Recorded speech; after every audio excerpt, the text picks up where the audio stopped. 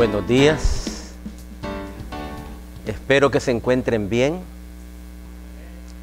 Y antes de entrar al tema de esta mañana, de esta tarde más bien, soy portador de un mensaje, y es que el pastor en esta ocasión no va a estar presente por prescripción médica. El médico ha creído que no es prudente que él se presentara, así que se queda en casa descansando, medicándose, y lo que se pide es la oración para él. Como nunca debemos cerrar filas alrededor del pastor. Somos un cuerpo, y dice que cuando un miembro se duele, todos los demás se duelen. Así que espero que no sea algo que lo vea usted con indiferencia, sino algo que le produzca un impacto fuerte en su vida.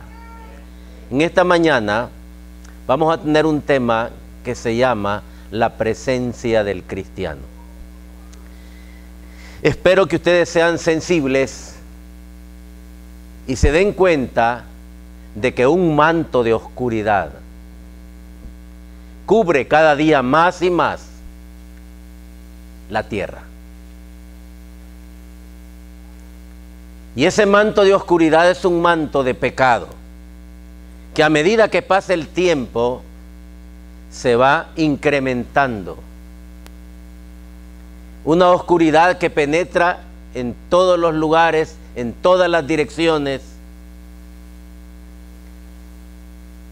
y que está amenazando la vida de los cristianos.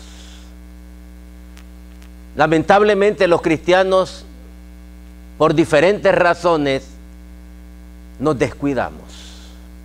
Nos creemos seguros, firmes, creemos que a otro le puede pasar, pero a mí no. Pero la Biblia advierte diciendo, el que crea estar firme, mire y no caiga. Hay veces nos llenamos de orgullo, de soberbia, y creemos que, repito, que a otro le puede pasar, pero a mí no. Y señala claramente la Biblia cuando dice, antes de la caída, es la altivez de espíritu. Sí, hermanos y amigos, un manto oscuro cubre el planeta Tierra. Es pecado. Y según la Biblia, esto se va a incrementar cada día más.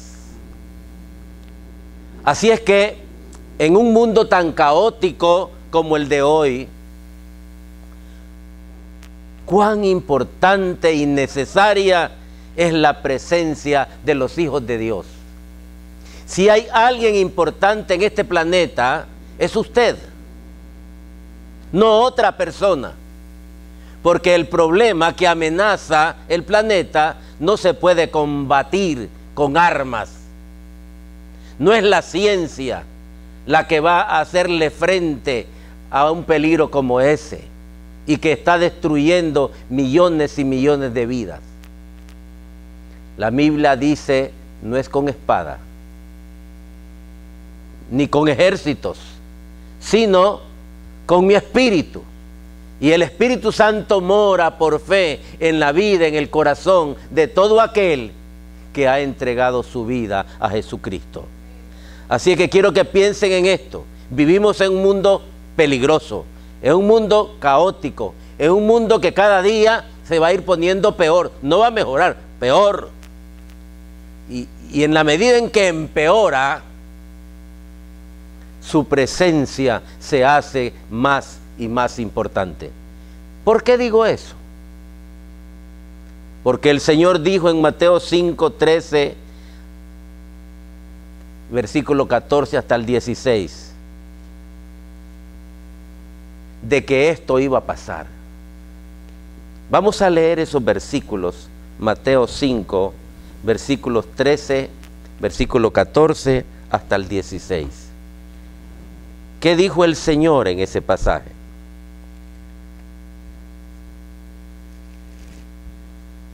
Véalo con mucha seriedad, con mucha atención,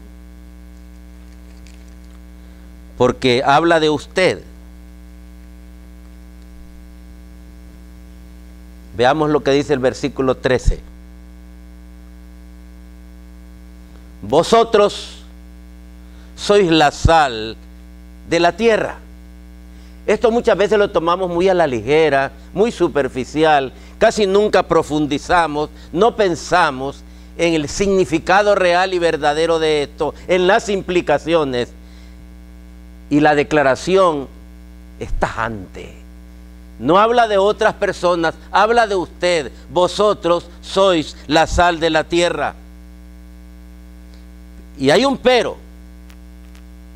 Y lamentablemente ese pero manifiesta lo que en la vida de millones de cristianos está aconteciendo. Pero si la sal se desvaneciere, si la sal pierde el poder de realizar la labor para la cual ha sido creada, la sal preserva de la corrupción. ¿Para qué le ponen ustedes sal a la carne? Para preservarla de la corrupción. Por eso Dios nos compara a nosotros y nos dice que somos sal. La corrupción está por todas partes. Si usted no la quiere ver, es porque la oscuridad ya ha afectado poderosamente la vida suya.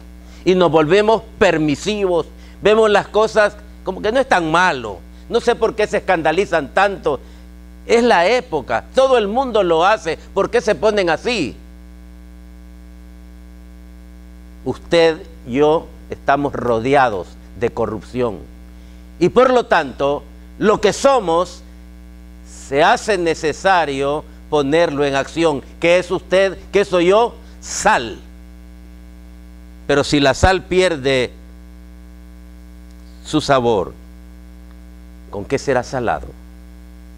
Y dice, no sirve más para nada, sino para ser echada fuera y hollada por los hombres. Hoy a muchos cristianos se les ve con desprecio, se les ve con lástima, porque no son nada. Su vida no es eficaz, su vida es insípida. Y no solamente dice que somos sal, sino que en el versículo siguiente, el 14, dice, vosotros sois la luz del mundo. ¿Y para qué sirve la luz? Y yo sé que van a decir ustedes, para alumbrar. No estamos hablando de la luz corriente eléctrica. Estamos hablando de una luz más importante, más poderosa, que es la única que puede contrarrestar ese velo de oscuridad, ese manto de oscuridad que está cubriendo el planeta Tierra y que está afectando la vida de muchas personas. Cuando la noche es más negra, es cuando las luces brillan mejor. Pero muchos cristianos no están brillando. Por eso dice, una ciudad asentada sobre un monte no se puede esconder. Ni se enciende una luz y se pone debajo de un armario, debajo de un cajón, debajo de una cama, sino sobre el candelero y alumbra a todos los que están en casa. Miren qué tremenda responsabilidad, empezando por los padres de familia. Qué responsabilidad alumbrar en la casa. ¿A quiénes? A nuestros hijos y todos aquellos que viven en nuestro entorno. Es nuestra responsabilidad, porque ellos tal vez nunca van a leer la Biblia, porque hay hijos que no quieren ni leer la Biblia, pero no pueden evitar verle a usted. Y de usted y de mí, dice la Biblia, vosotros sois cartas abiertas al mundo. Hay gente que no va a leer este libro nunca, pero no puede evitar leer mi vida. No puede evitar leer su vida y darse cuenta de que lo que está haciendo, el camino que está siguiendo, no sirve para nada.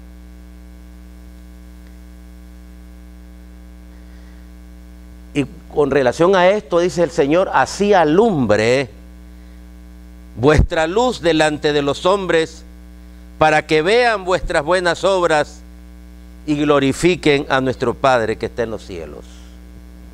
¿Puede la gente ver sus buenas obras o solamente está consciente de las malas obras que por todas partes están aconteciendo? Ese versículo 16 a mí me llama mucho la atención y les puse un comentario ahí. Y del versículo 16 les digo lo siguiente: las circunstancias difíciles de las personas que nos rodean son oportunidades que Dios nos brinda para dar un testimonio de nuestra disposición e interés en ayudar al necesitado. La gente anda por todas partes buscando ayuda, buscando auxilio, pero hoy hay una indiferencia increíble. A nadie le importa la vida del otro. Aquí lo importante es mi vida y los demás que vean cómo se las arreglan. Se han olvidado que estamos aquí en la tierra con una misión, con un propósito. Y ante esa realidad, ante este hecho, les hago la pregunta siguiente: ¿está usted consciente de este hecho? ¿Sabe lo que la Biblia dice respecto a esto? Yo voy a muchos lugares y me gusta observar bastante. Uno va, por ejemplo, por decir un nombre, a un supermercado y vemos a la dependiente indiferente, lo queda viendo usted como que solo lo escanea así rápidamente y no le importa nada de usted. Y más si lo ve que es latino.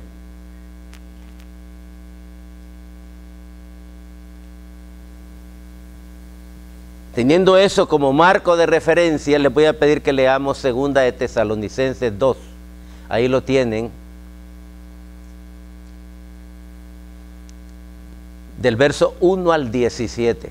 Así que van a tener la Biblia, por favor. Aunque está ahí impreso, yo quiero pedirles que agarremos la Biblia. Ese es nuestro libro, que habla de nuestro Señor, que nos da instrucciones. Es el libro que es verdadera comida, verdadera bebida. Yo espero que hayan venido esta mañana con hambre y sed de Dios. Que la semana, no sé qué semana tuvieron, y si han tenido una mala semana, que puedan encontrar refugio en el Señor y recobrar la fuerza, la fortaleza para hacerle frente a la próxima semana. Y dice la palabra: pero con respecto a la venida de nuestro Señor Jesucristo, fíjense bien que habla de la venida, y luego dice: y nuestra reunión con Él, os rogamos, hermanos, que no os dejéis mover fácilmente de vuestro modo de pensar. Y luego viene: ni os conturbéis, ni por espíritu, ni por palabra, ni por carta, como si fuera nuestra, en el sentido de que el día del Señor está cerca. Esa carta fue escrita hace muchos años. ¿Sabe usted cuándo? Se escribió 2 de Tesalonicenses 2. Y miren lo que están diciendo ahí. 2 de Tesalonicenses capítulo 2. ¿Cuándo fue escrita? ¿En qué año? En el año 62 después de Cristo, aproximadamente. Y ya habían por ahí individuos, como los que existen hoy, que andaban propagando mensajes equivocados. Hace poco hablaba con un hermano en la iglesia y me preguntaba por los adventistas, por los mormones, por los testigos de Jehová, etcétera, etcétera, por los musulmanes, por los yihadistas. Hablábamos de eso y me decía: ¿es bueno leer literatura de ellos? Yo les dije: miren, lo recomendable es no leerlo, porque el resultado primero que va a producir en usted es que le va a producir confusión. Y si usted no es una persona lo suficientemente madura, esa confusión lo va a llevar posiblemente a dar pasos orientados a su destrucción. Así es que andaba gente hablando de que ya el Señor Jesucristo había venido y la gente estaba preocupada. Por eso le decía, con respecto a la venida, nuestra reunión con Él, no se dejen mover fácilmente de vuestra manera de pensar, ni os conturbéis porque se turba nuestro espíritu, ni por palabra, ni por carta, como si fuera nuestra, en el sentido de que el día del Señor está cerca. Sí, el día del Señor está cerca, pero nadie puede poner fechas. Puede ser que venga ahorita en lo que estamos aquí reunidos, o a fin de año, no sabemos. Pero lo que yo quiero que veamos aquí es esta pregunta que les planteé ahí, porque me interesa no solo que lo lean, sino que reflexionen. Y la pregunta es, ¿qué podría movernos de nuestra manera de pensar y conturbar nuestro espíritu? ¿Qué? Es importante que usted sepa la respuesta a esa pregunta para que cuando el peligro venga, usted esté preparado, esté listo para repelerlo, para rechazarlo. Y la otra pregunta es, ¿qué peligro se encierra el apartarnos? Porque hay personas que llega cualquier individuo de la calle, le dice cualquier cosa de la Biblia y lo aparta de la doctrina que aquí en la iglesia se le ha enseñado. Necesitamos estar firmes, claros de qué es lo que creemos y por qué lo creemos. Así que si viene otra persona con otra cosa, respetuosamente decirle: lo siento, pero esa no es mi manera de pensar y te agradecería que por favor te retiraras mejor.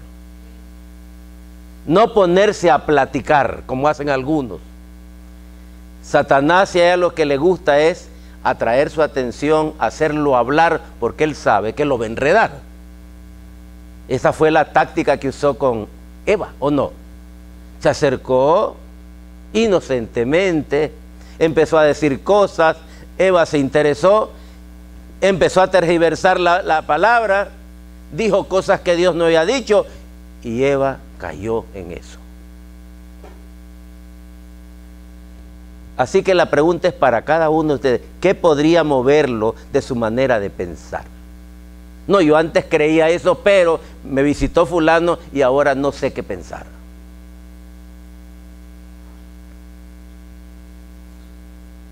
Así es que ese es el primer señalamiento que yo quiero hacerles esta mañana con relación a la palabra. Leer ese pasaje y fijarse en esas partes. Habla de la venida, de nuestra reunión con Él, que no debemos dejarnos mover fácilmente por cualquier cosa que nos digan, no se debe perturbar nuestro espíritu, en el sentido de que el día del Señor está cerca. Yo sé que está cerca, usted sabe que está cerca. Lo que no podemos hacer es poner fechas. Y hay personas que están poniendo fechas, los testigos de Jehová son uno de ellos, que han puesto muchas fechas y ninguna se ha cumplido. Continuemos con la lectura, porque la palabra continúa diciendo: nadie os engañe. Fíjense que nos están advirtiendo, pero a nosotros nos gusta caer. Dice que nadie los engañe en ninguna manera, porque no vendrá sin que antes venga la apostasía y se manifieste el hombre del pecado, el hijo de perdición, el cual se opone y se levanta contra todo lo que se llama Dios o es objeto de culto, tanto que se siente en el templo de Dios como Dios, haciéndose pasar por Dios. Esto lo estoy pasando un poco rápido porque la razón siguiente no es mi tema. Mi tema es la presencia del cristiano. Yo quiero hacerles ver a ustedes, resaltar la importancia de usted en este mundo. El por qué Dios, cuando usted se convirtió, no se lo llevó inmediatamente al cielo. ¿Por qué lo dejó? ¿Para qué lo dejó? ¿Cuál es la misión que tiene aquí? ¿Cuál es el propósito de tenerlo aquí? ¿No creen que sería mejor me convierto y el Señor me lleva para el cielo? Así que, ¿por qué razón es importante su presencia? ¿Por qué insistimos tanto en que usted debe de cuidar su vida, su testimonio, con quién se relaciona, qué oye, qué ve?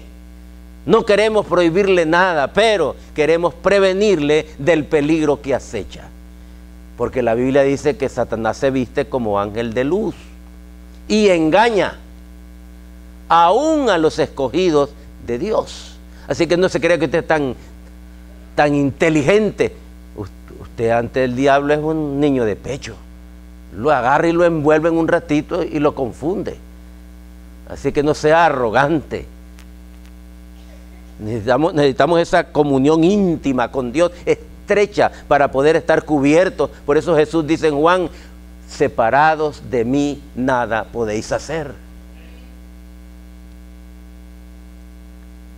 Así que aquí en esta otra porción, las palabras que quiero señalarles: engañen, nadie os engañe. Porque el Señor sí viene, pero hay cosas que Él nos dejó, no nos dio la fecha, pero nos dejó ciertas señales que van a preceder su venida. No vendrá sin que antes venga la apostasía. ¿Ustedes creen que ya la apostasía está por aquí? Claro que sí. Se han levantado grupos, se han levantado iglesias. Hay iglesias que se han apartado del camino de la verdad y se han ido en pos de enseñanzas equivocadas. Y Pablo previno cuando dice: te encarezco delante de Dios y del Señor Jesucristo, que prediques la palabra, que instes a tiempo y fuera de tiempo, redarguye, reprende, exhorta con toda paciencia. Y aquí donde viene la parte: porque vendrán tiempos donde no sufrirán la sana doctrina, y teniendo comezón de oír, se amontonarán maestros conforme a sus propias concupiscencias, y alejarán el oído de la verdad y los llevarán a las fábulas. Yo oigo a algunos predicadores que yo me quedo con la boca abierta. Qué bárbaro, cómo inventan cosas. Y no hay ningún asidero en la Biblia. Y cuando sacan algo, han torcido la palabra para poder sostener eso. Así es que ustedes deben de ser cuidadosos, pueden ser engañados. La apostasía ya está. El anticristo se va a hacer presente y ya sabemos todo lo que él va a hacer. Y continuando con la lectura, quiero decirles, ya habían sido prevenidos antes esas personas y ahorita andaban perturbadas. Entonces la pregunta es: ¿por qué?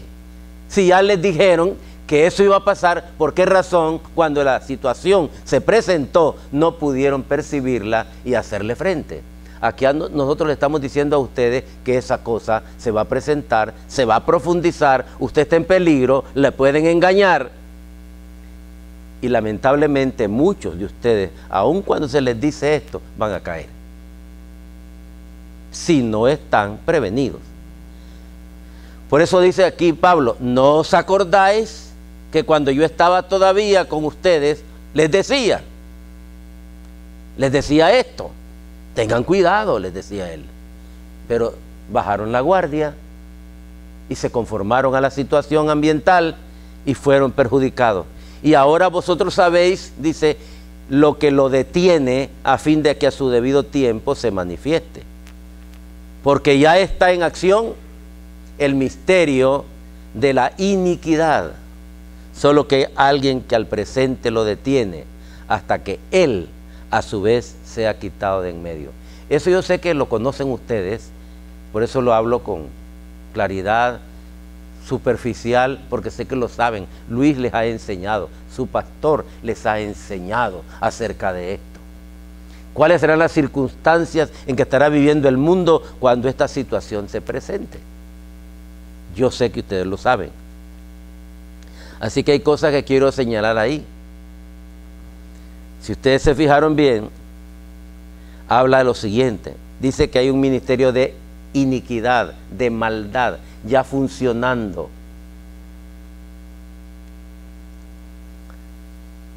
Pero no se ha manifestado totalmente, con toda la fuerza, porque porque hay alguien que al presente lo detiene. Y la pregunta es: ¿quién lo detiene? Solo que hay quien al presente lo detiene, hasta que él a su vez se ha quitado de en medio. ¿De quién está hablando? Hay dos cosas que detienen esa manifestación ahorita. Uno, la presencia de la iglesia en la tierra. 2, el Espíritu Santo. Eso lo saben ustedes. Cuando el Señor venga, dicen que su venida va a tener 2 partes. Una primera parte en la cual Él queda en el espacio, digámoslo así, no desciende a la tierra completamente, y se produce el arrebatamiento de la iglesia. La iglesia va a encontrarse con su Señor, y ahí pasan 7 años. Ustedes lo saben todo eso, no tengo que decírselo. Las bodas del Cordero, etcétera, etcétera, ustedes lo saben. Y en ese periodo de tiempo, aquí en la tierra, se va a desencadenar una cosa horrible. Ya no hay quien lo detenga. La iglesia ha sido quitada. El Espíritu Santo no es que se ha ido, porque Dios está en todas partes, pero sí le deja las manos libres para que haga lo que quiera. Y esos últimos 3 años y medio se recrudecen. Y eso es lo que dice aquí. Cuando la iglesia sea trasladada y el Espíritu Santo se retraiga un poco, Satanás va a hacer y deshacer a todos. Y entonces, cuando Él haga eso, al final de eso, se manifestará el inicuo, quien el Señor matará con el espíritu de su boca y destruirá con el resplandor de su venida.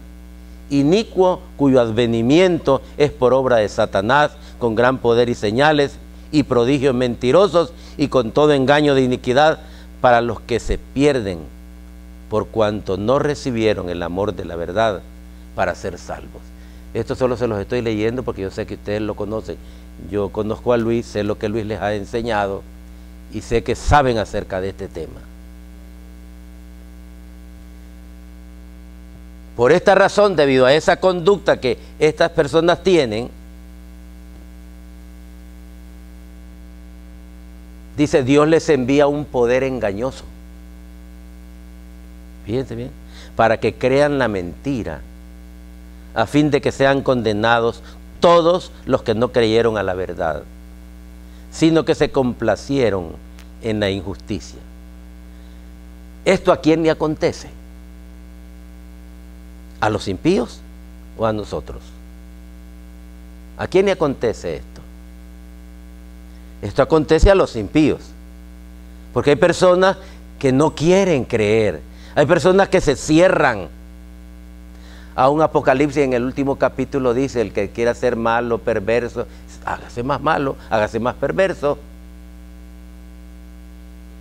¿No recuerdan ese pasaje? Está en Apocalipsis capítulo 20 y 2.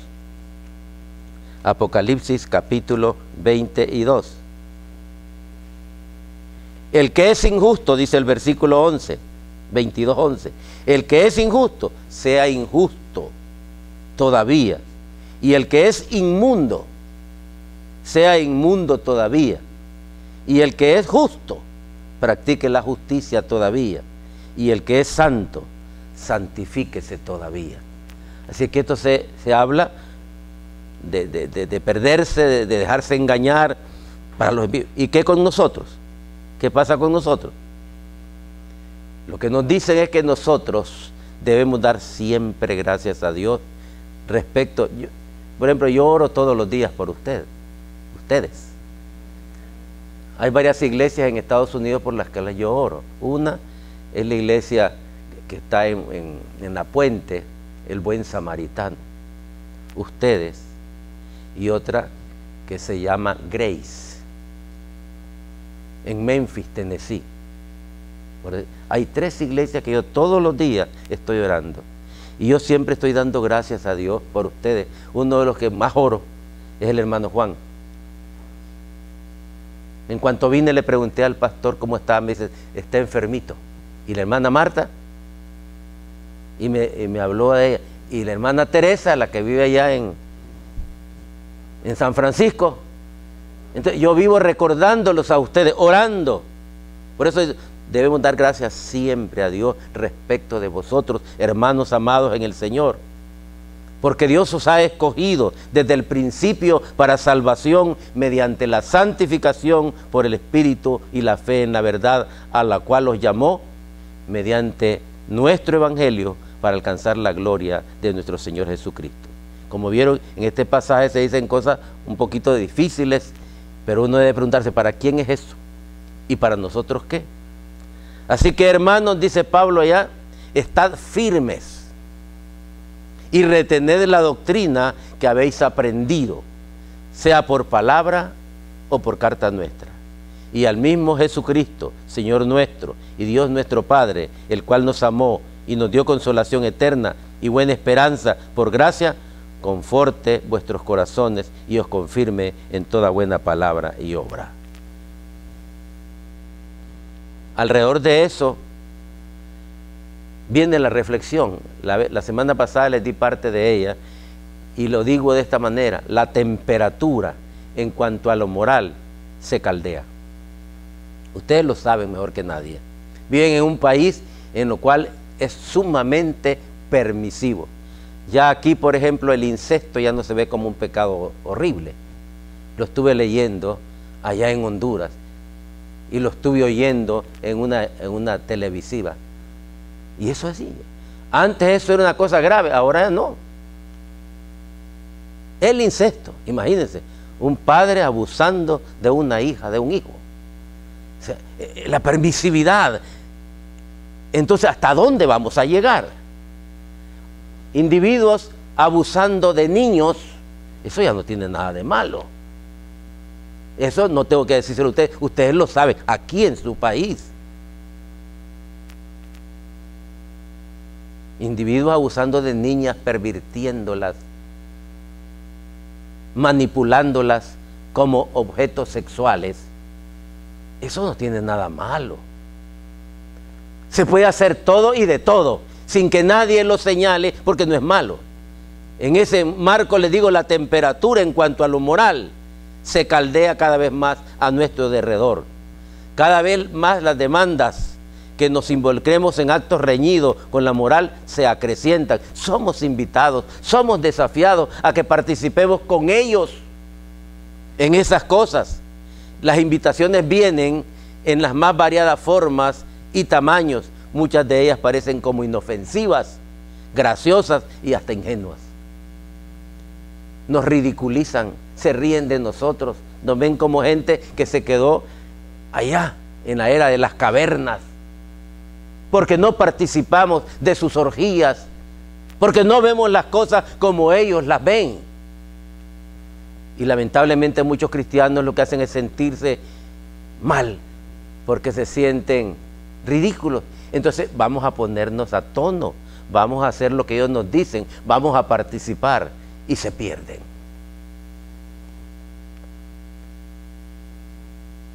Por ejemplo, aquí hay varias jovencitas y jovencitos que tienen autoridad en sus casas. Alguien les dice que tiene de malo bailar, por ejemplo. ¿Quién no lo hace hoy? Y eso sería cosa de sentarnos y decirles por qué es malo. ¿Qué tiene de malo tomarse una copita? Todos los borrachos, ¿con qué comenzaron? Con una copita. Y tendríamos que hablar médicamente también de que hay individuos que con la primera copita se hacen alcohólicos. Usted no sabe cómo está diseñado, cómo nació, cómo creció, cuáles deficiencias tiene usted en su organismo y qué cosa, con solo probarlo una vez, usted queda adicto. Agarramos los ejemplos que dicen, no, este llegó a los 100 años y se bebía tal y nunca le pasó nada. Vaya a los hospitales. Yo visito mucho los hospitales, yo trabajo con gente con SIDA, con cáncer. En nuestro país trabajamos con esa gente y vamos y vemos la miseria en que vive esa gente. Niños de pocos meses, de pocos años, que nacieron con SIDA porque su mamá y su papá se lo transmitieron. ¿Cómo se llama Betuel y también Adonai me visitaron en Honduras y cayeron en un tiempo en que estábamos visitando ciertas escuelas, que ayudamos en esas escuelas a los que tienen excelencia académica, niños entre los 7 y los 12, 13 años. Y ahí pudieron ellos ver la miseria en que viven, la necesidad que tienen, y muchos de ellos con SIDA en su cuerpo. Los vamos a ver al hospital, los visitamos, la semana siguiente preguntamos por ellos, se murió. Niños que están siendo totalmente devorados por el cáncer. Criaturitas. ¿Qué tiene de malo tomarse una copita? ¿En qué puede perjudicarme el que me involucre en una relación amorosa con alguien que no es de mi misma fe? O que sea de mi fe, porque ahora dicen de mi fe. Antes decían que no sea de mi fe, ahora dicen de mi fe también. ¿Qué tiene de malo? Bueno, puede percibir SIDA, 1, 2, herpes, 3, ébola, 4, el virus de papiloma humano, por decirle 4. Y saben ustedes que el 55% de las jóvenes y jóvenes en Estados Unidos, ya va llegando al 60%, padecen del papiloma humano. No tiene cura. Se transmite aún a través del sudor, de la saliva. Es peor que el SIDA. El 50% de los jóvenes en Honduras tienen el papiloma humano. Así que no es cuestión de ver a una jovencita que se ve preciosa, es cultural. Hay que hacerle examen de sangre. Ahora cuando yo caso a alguien, le pido por favor que me lleve el examen. A ver si no tienen. Así que sería prudente, si ya lo hizo, que se vaya a hacer un chequeíto. Así que jóvenes, si se le presenta una muchacha como la que le dijo aquel discípulo mío que estudia leyes, que me dijo, no, si es que en la universidad casi me violan, me decía. Se me tiran encima las mujeres tan agresivas. Háganlo de José, le dije, mire, a correr. Y si quieren tener relaciones, primero hagámonos los exámenes. No se lo hacen. Primero hagámonos los exámenes y después hablamos. Así que pidan los exámenes, porque pueden estar premiados. Usted ve un muchacho, mire, que el estómago parece un six-pack, en los músculos y todo, precioso, aquella tez de la piel. Hágale el examen. Dígale, mira, vení para acá. Vamos a donde el médico que te haga el examen. Y no lo tomen a la ligera. En Estados Unidos, repito, entre el 55 y el 60% de los jóvenes y jovencitas tienen el papiloma humano. Investiguen sobre eso. ¿Qué tiene de malo tener una relación sexual? Casi nada. Puedo tener SIDA, me saco la lotería. Nada más. ¿Por qué no puedo tener relaciones sexuales antes del matrimonio? Por la misma razón. Primero porque el Señor dice que no, que debemos de llegar puros al matrimonio. Y el segundo es el peligro que encierra ahora este tipo de cosas. ¿Qué hay de malo de tener una aventura sexual de vez en cuando? La misma cosa. Hoy las fiestas se componen de eso. Llega un matrimonio, llega otro matrimonio, entran a la fiesta, la esposa se va con otro hombre, él con otra mujer, o si no con otro hombre, porque ahí todo es permitido. Cuando termina la fiesta nos volvemos a agarrar y volvemos a salir. ¿Qué tiene de malo? O voy de negocios y pido una dama de compañía. Dama de compañía, prostituta. ¿Y las prepago? ¿Ah? ¿Qué hay de malo? Casi nada. Y le dicen a las jóvenes, ¿por qué tienes que llegar tan temprano a tu casa? Ya eres mayor de edad. Con los peligros que hay ahora, da miedo andar en la calle o no. Por lo menos en nuestros países uno sale y no sabe si va a regresar. Uno envía a los hijos a la escuela, a la universidad, no sabe si los va a volver a ver. Uno los agarra, los abraza, los besa, los queda viendo. A lo mejor es la última vez que lo veo. O aparece en una bolsa negra de plástico, hecho pedazos, cortado con sierra. Niños de 2 años, de meses, cortados con sierra.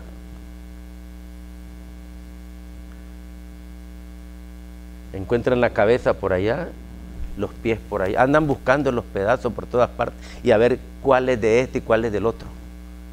¿Ustedes creen que un padre o una madre no queda con el alma en un hilo, como dicen, cuando la niñita no se aparece?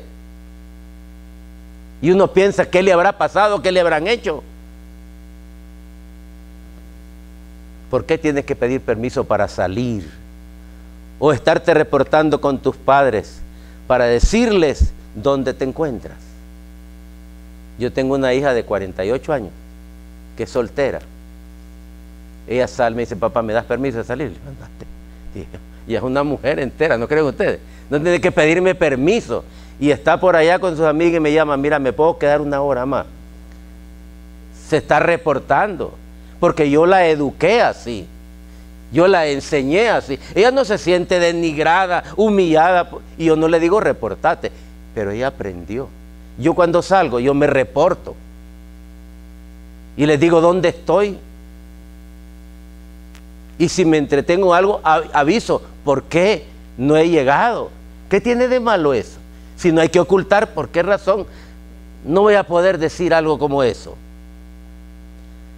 No hay que ser tan ridículo, le dicen a uno. El fanatismo es malo. Es que no confían en ti. Y ahí los hacen dudar a muchos jóvenes y jovencitas. Es que no confían en ti, en tu capacidad para elegir tus amistades y todo aquello en lo que quieras involucrarte.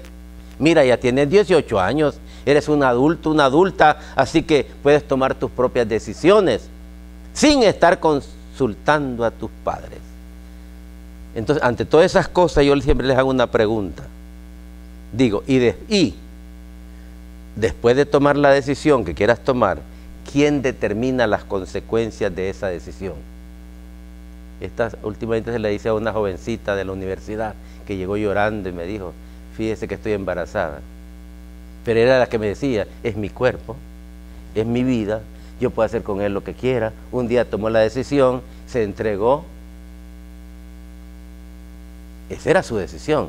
Pero la pregunta es, ¿quién determina las consecuencias de esa decisión? Usted puede hacerlo, va y se acuesta con quien le dé la gana, pero después, entonces hay que ir a abortar, que es lo que algunos, y se convierten en criminales. Es importante esa pregunta. Yo sí, soy libre de tomar mis decisiones, pero debo de tomarlas de tal manera que debo también contestar esta otra. ¿Quién determina las consecuencias de esa decisión que yo tomé? Piénsenlo bien. ¿Qué debe hacer el cristiano ante estos hechos? Ante esas cosas yo siempre les digo lo siguiente. Ante las presiones de grupo, no pierdas el control. Sigue siendo tú mismo o tú misma. Porque yo sé que en la universidad hay presiones tremendas. Se escandalizan cuando se dan cuenta de que una jovencita es virgen. Y ustedes han visto los rótulos que ponen en los carros. La virginidad produce cáncer, dice. Por decir una cosa tonta, ¿verdad? Y las ridiculizan, las humillan, se ríen de ellas y se sienten impulsadas hasta que lo hacen. A esas les digo, ante las presiones, no pierdas el control, sigue siendo tú misma. No tienes por qué hacer algo que tú sabes que te va a perjudicar.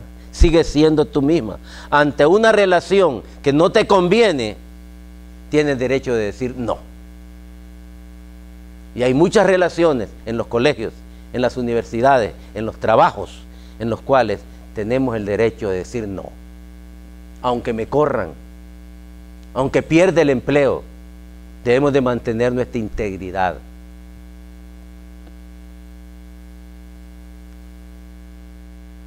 Y para los que no se dejan gobernar por eso, Dios tiene también algunas cosas para ellos. Dice, el simple todo lo cree.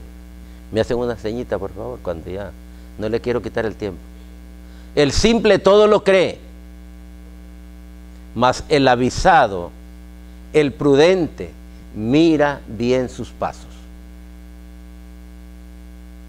El sabio teme y se aparta, mas el insensato se muestra insolente y confiado. Estoy trabajando con un joven que me tiene preocupado porque se ha desbordado. Tiene 19 años, pero la parte sexual lo tiene loco y lo he tenido yo, lo he llamado, he hablado con él y lo único que me dice toda la vida, me dice, no, pero es que es rico. Es peligroso y le empiezo a decir, pero es que es rico. Cuando tengas esto y esto y este me va a decir si es rico.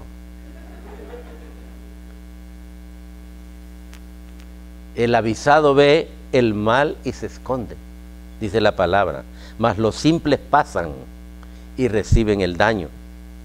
Estoy leyéndole la palabra nada más, Proverbios 17:12. El avisado ve el mal y se esconde, mas los simples pasan y llevan el daño.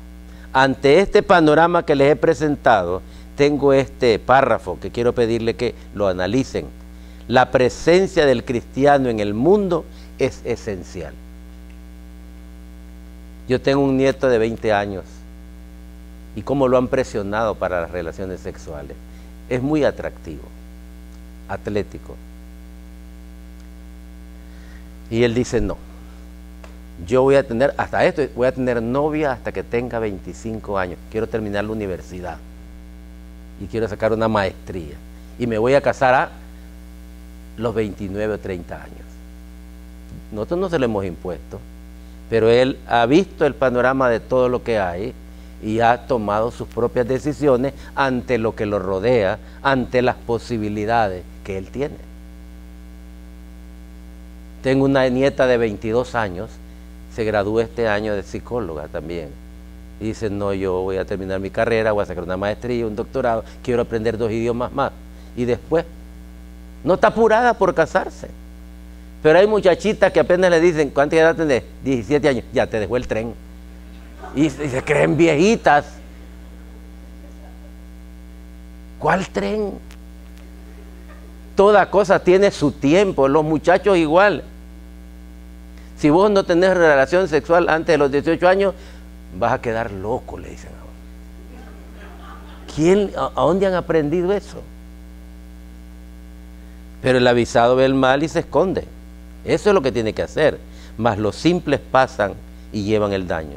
Así que la presencia del cristiano en el mundo es esencial y ha de manifestarse en un estilo de vida y un testimonio efectivo. Ahí cuando leo eso estoy pensando en mis hijos, estoy pensando en mis nietos. Y tengo 5 nietos directos y 12 que se me han agregado, que me dicen abuelo. Tengo 17. O sea, estoy leyendo eso involuntariamente, yo estoy pensando en ellos. Sé cómo piensan, sé cómo ven las cosas, sé cómo toman sus decisiones. Por lo tanto, y con esto quiero terminar rápidamente, Filipenses 2, 12 y 13. ¿Qué es lo que tenemos que hacer? Ocuparnos de nuestra salvación debidamente. Nuestra presencia se debe caracterizar. Usted mientras vive en esta tierra, mientras esté en este planeta, mientras esté vivo, su presencia se debe caracterizar primero en que es una persona responsable hasta el punto de que vive ocupado de su salvación. En Filipenses 2, 12 y 13, de eso es lo que dice, ocupaos de vuestra salvación con temor y temblor. Pero nosotros somos salvos y andamos en la calle descuidadamente. Se nos dice, huid de las pasiones juveniles que batallan contra el alma. Pero hay señores y jovencitos que andan en la calle y la cipota que se le pone enfrente no tienen ojos puros. Como les decía la pasada, son puros ojos. Quedan viendo, qué horrible. Hay muchachas que hasta se sienten mal, como la quedó viendo ese bárbaro.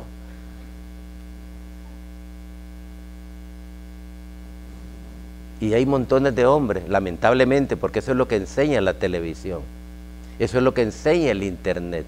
Esos programas terribles que están produciendo ahora y que atraen la atención de muchos hombres y mujeres, porque no solo hombres, mujeres también. Ahora, igual.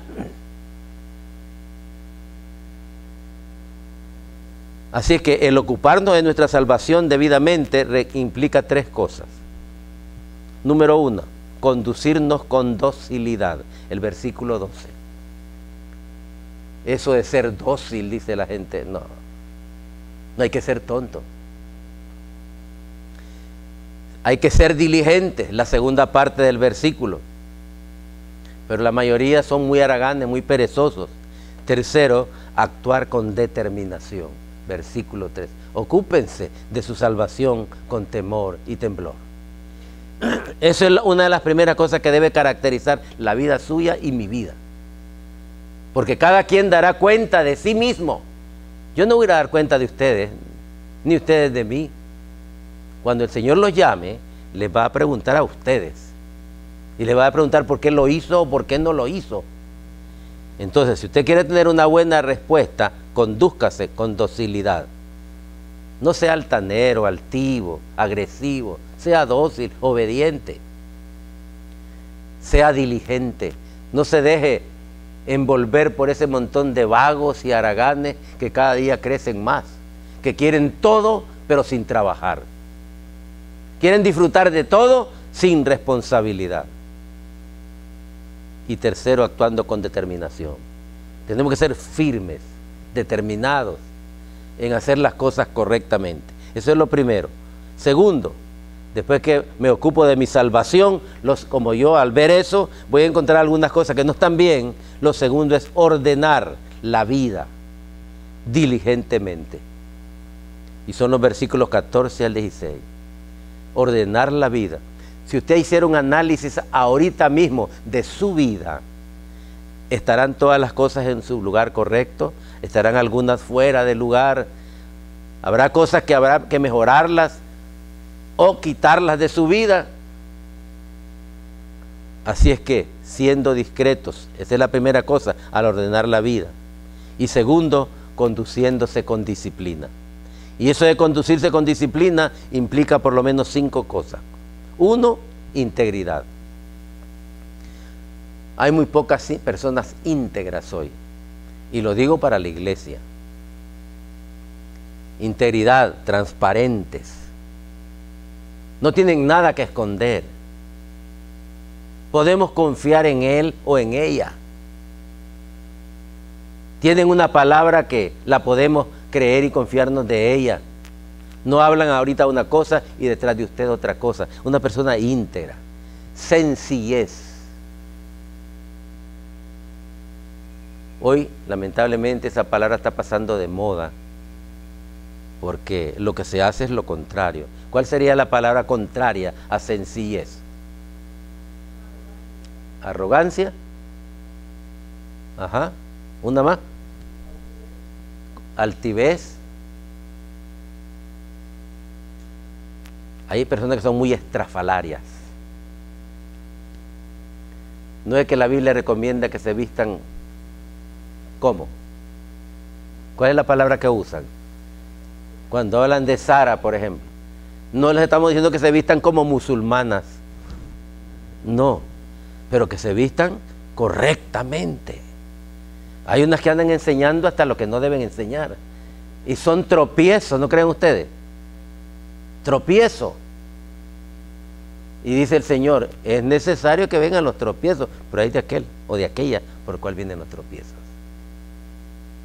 Tenemos que ser cuidadosos. Recordemos que nuestra vida puede ayudarle a otro o entorpecer el avance de otra persona. Sencillez. Tercero, pureza.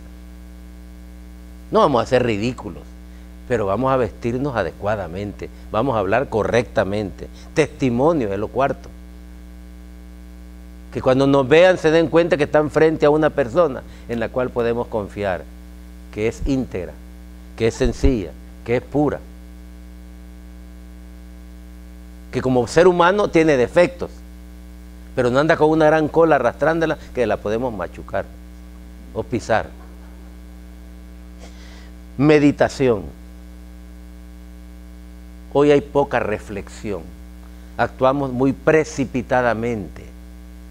Leemos aún la Biblia, pasamos los ojos sobre él, no sabemos ni lo que leímos. Y yo le pregunto, ¿qué leyó ahí? MMSASA, se me zafa, dice. Eso no dice ahí. ¿Se han fijado que la gente inventa en veces? No dice lo que está escrito. Dicen cualquier cosa, lo que le pareció que había, porque no hay meditación. Es que me confundí, me descuidé. Lo dije precipitadamente. Y letra C, hablando de ordenar la vida. A, siendo discretos. B, conduciéndonos con disciplina. Y C, en disposición. ¿Está usted siempre dispuesto o anda evadiendo? El domingo pasado hablamos de servicio. Cuando se dice necesitamos servidores, patitas, ¿para qué te quiero? Ahí nos vemos que le digan a otro, yo no tengo tiempo. Lo que menos hay en la iglesia son gente que sirvan. Y hay veces agarramos a uno y le ponemos 4 o 5 cosas que tiene que hacer y anda medio loco o loca la pobre persona. Y si algo se queda sin hacer, empiezan a criticarlas. En vez de ir a buscar cómo ayudarla. Pónganse, aquí estoy yo, ¿en qué puedo servir? Pero cada quien anda huyendo. No hay disponibilidad. Y hablamos el domingo pasado de la necesidad de servir. La persona que no tiene un propósito claro en la vida, decíamos la semana pasada, es una persona que se va a manifestar confundida, atemorizada y no va a estar dispuesta a servir. Y tercero, manifestar con gozo y con prudencia. Nosotros no vamos a ser individuos con cara larga, aburridos, amargados, no. Vamos a distraernos, a divertirnos, a reírnos, pero saberlo hacer. Y 2 características deben haber en esa manifestación nuestra. 1, en dedicación, y 2, en deleite. O sea, vamos a divertirnos para edificar a otros. Vamos a deleitarnos, pero para edificar la vida de otro. No a costa de otro. Porque a veces nos reímos de otra persona. Mira, ahí viene fulano, míralo. Y empezamos a sacarle los defectos. Y nos creemos que estamos en un momento de gozo, de alegría, y se están burlando de todo el mundo.